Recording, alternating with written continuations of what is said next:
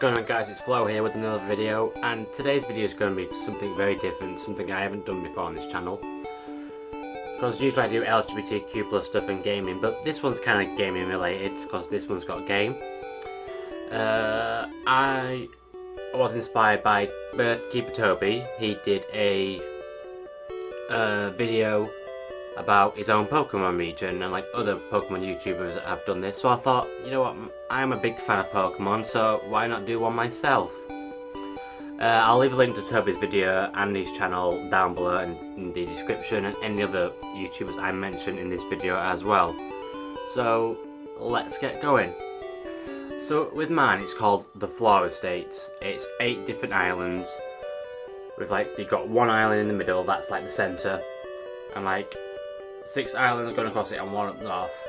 And basically 1,000 years ago, between now and 1,000 years ago, people from different regions came to this and settled here.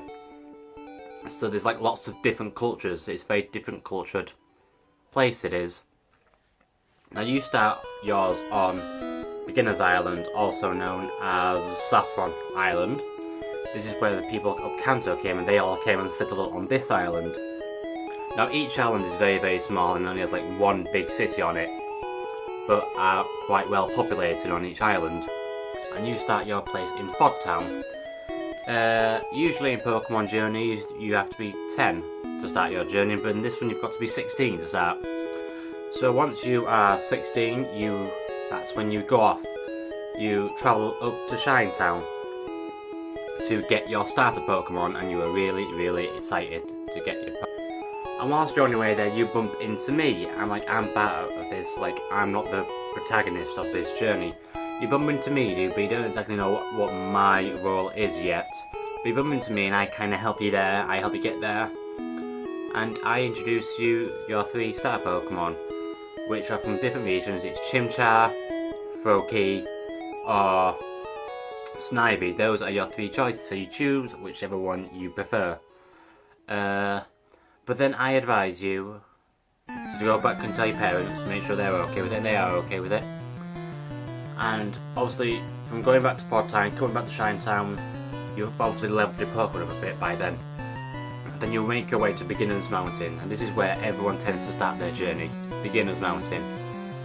And I'm outside there waiting for you to tell you about the Protectors Challenge and the Pokemon League and all that. Now usually there are 8 gym leaders.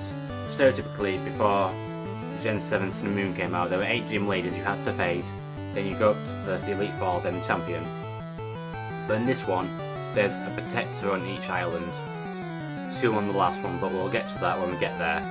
And they are the Protectors of the island, and you have to verse them to get the symbols, to get their symbol. And once you've got all the symbols, that's when you can go to the Pokemon League. But yeah, the first challenge is in Beginner's Mountain.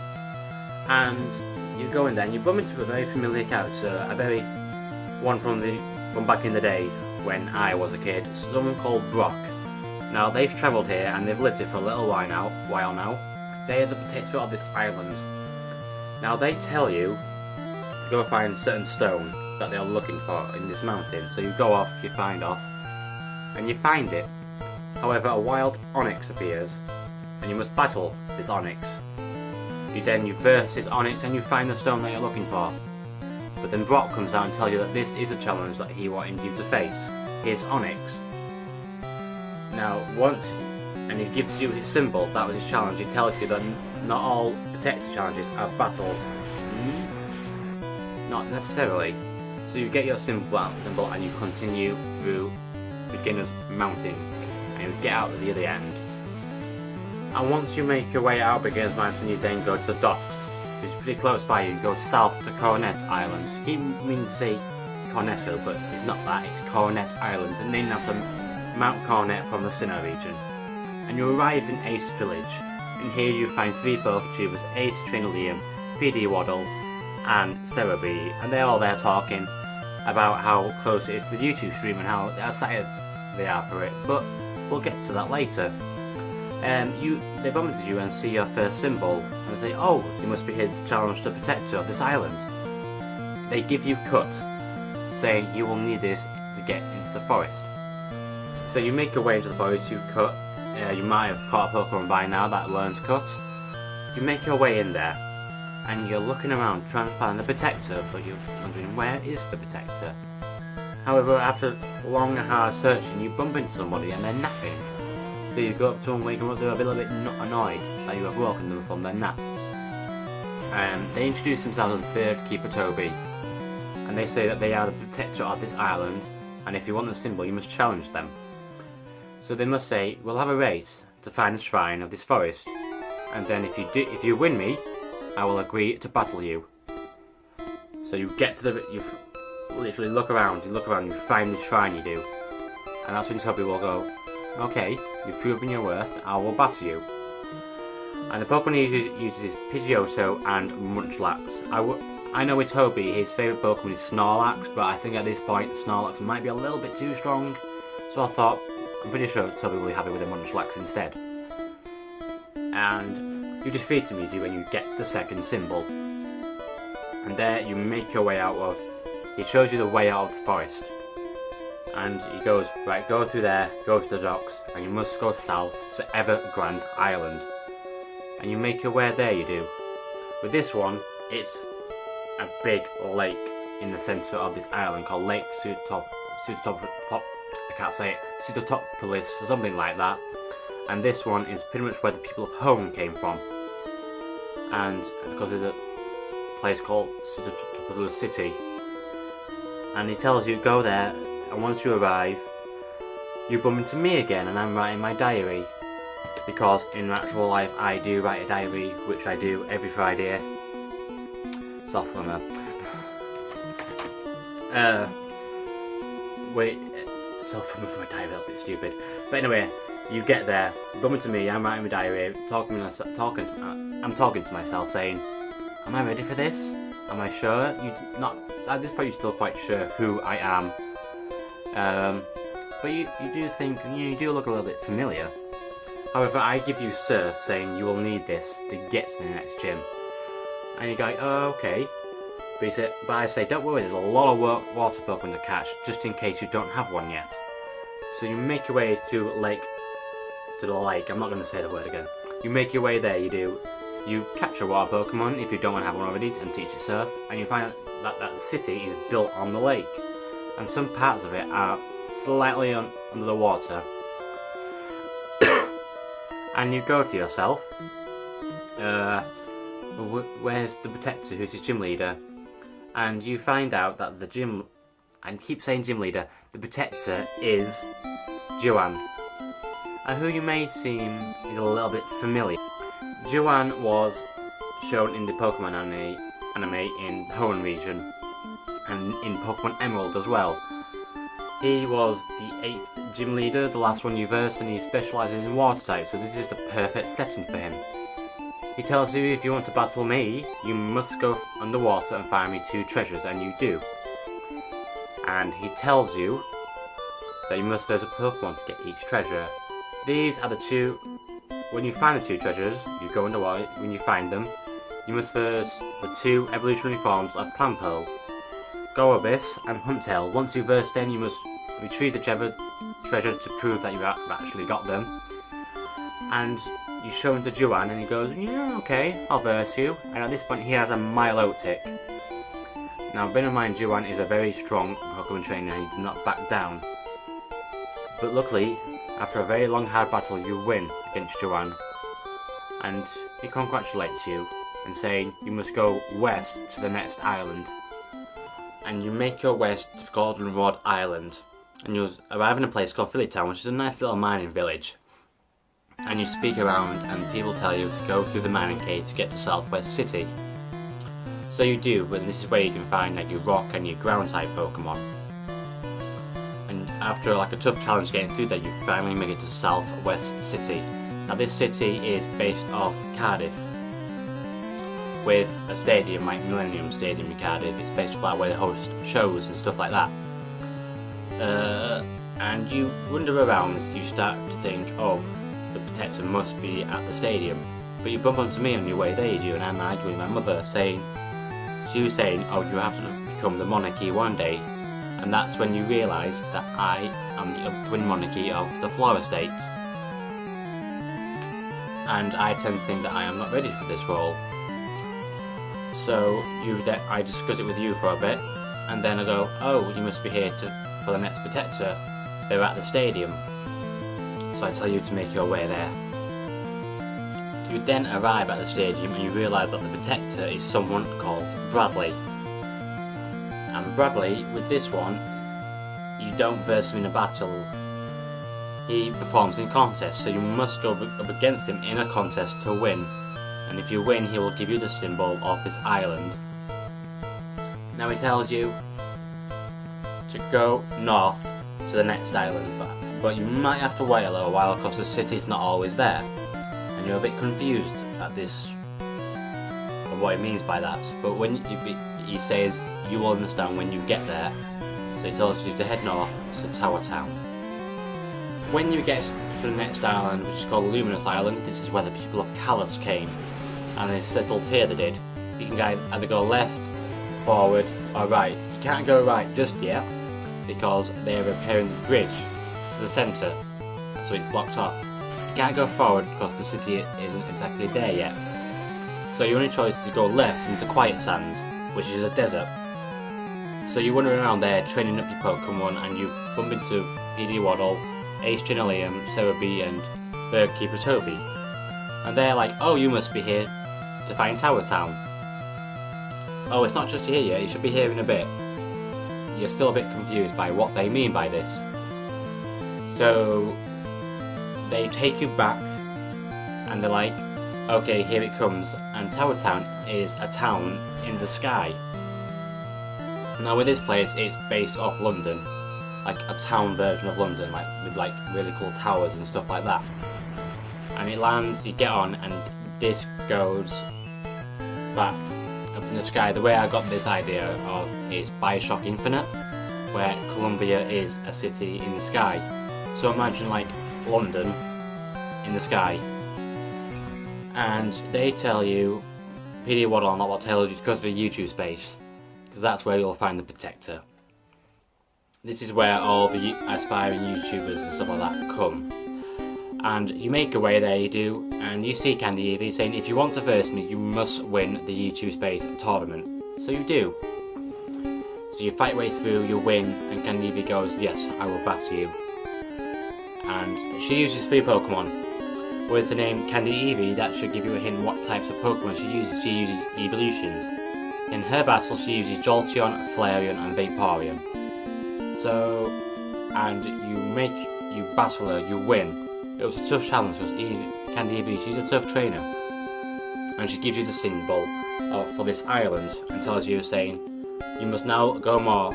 If I were you, wear a thick jacket. So you go north to Casella Island. And this is pretty much like one huge iceberg. And there's a little place of it called Iceberg Town. And you're going around and you see another familiar face. Bryson from Generation 5, who is an ice gym leader and an actor. He is the protector of this island. Every so often he switches around because he's an actor, he is, and he sometimes films here as well. And with him being very, very, very busy at the moment with his acting, he goes, I'll give you a one-on-one battle. If you win me, I'll give you the badge. And he only uses one Pokemon. He uses a Beartic, which is really, really strong. You have a tough battle.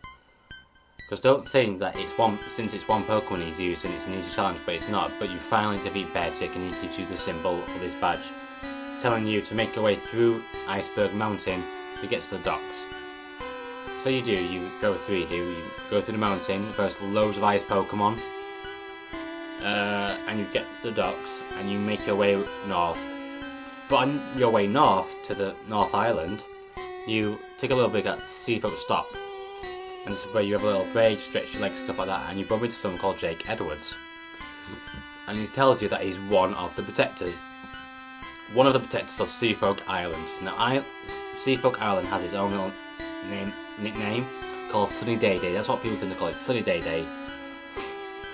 Because this island has 2 protectors, Alex Bertie and Jake Edwards.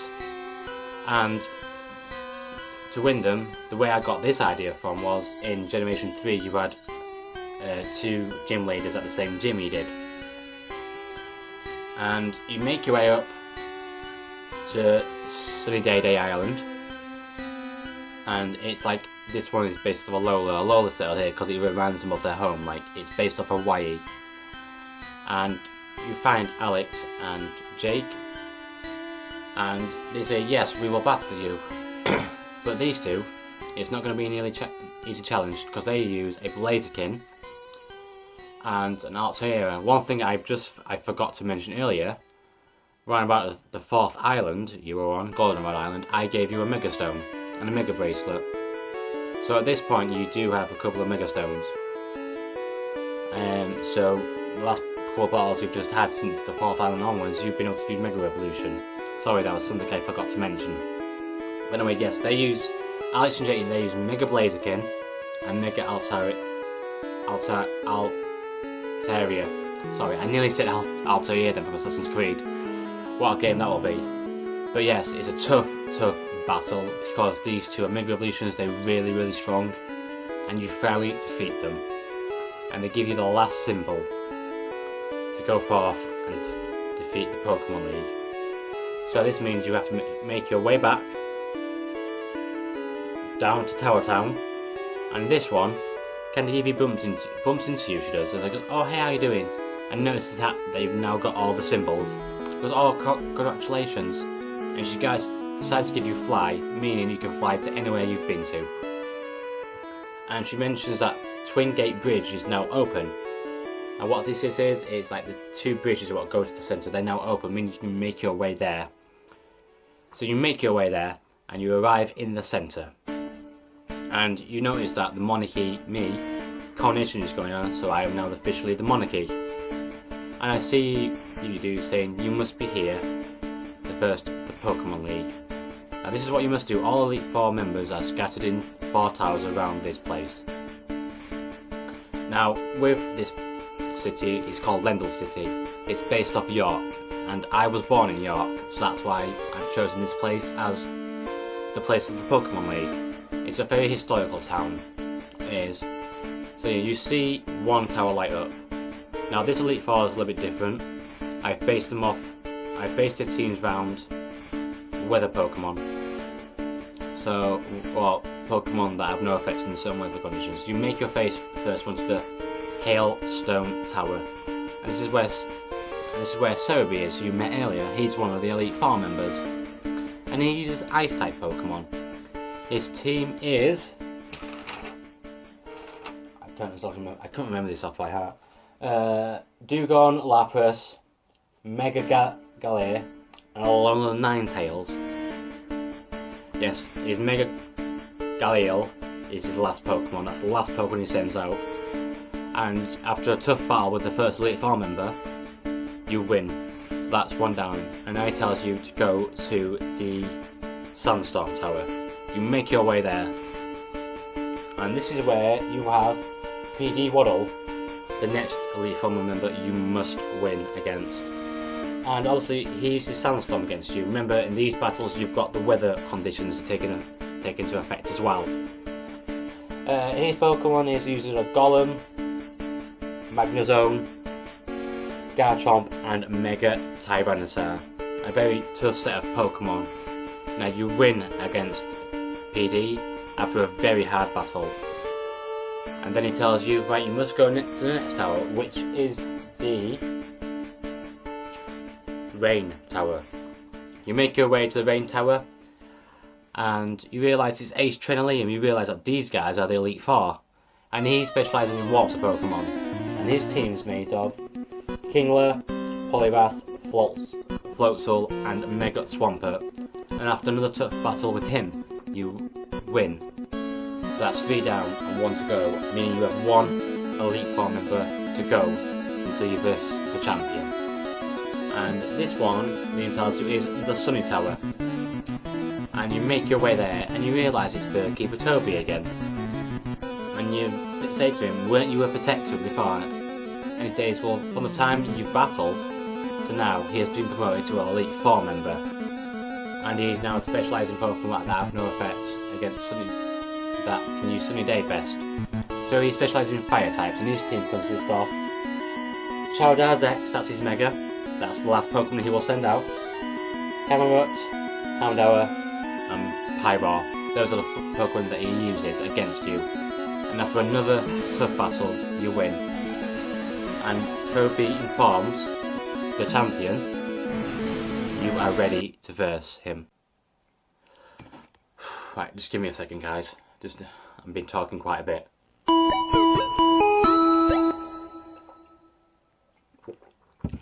Right, anyway, back onto it. Yes, you make your way up to the Minster. This is where the champion is, and you go in and you find me, you find me. And you're there like, what are you doing here? And I'm like, at this very moment in time, we don't currently have a champion. So as the monarchy, it is my job to be an action champion whenever there isn't a champion. And I say, I'm trying to find a worthy trainer to find that role. And I think it might just be you. So you must battle me. And my team consists of an Argon, Dragonite, Infernape, Gullisopod, Sylveon, and finally my last Pokemon, Mega Ampharos. So a little bit of variety there. You take part in a tough battle against me. I give it my everything, and so do you. But in the end, you finally win. And I say to you, I think I have found the right trainer to become our champion. At this point, you are now the champion. I take you into the Hall of Fame, get your records, and I announce it to the Flora States, that we now have a new champion. And that is your journey through the Flora States. And that's all I've got time for this video. I hope you enjoyed it. I know I didn't go into too much detail. Well, I feel like I did, but I didn't exactly explore everything I could have put into it. But I might do a follow-up to this video and add more to it, maybe. Like years later in this video, like what's changed about it. But then again, if you like this video, give it a thumbs up. And if you want to leave a comment or do your own video about this, then by all means feel free to do so. And I will see you all later.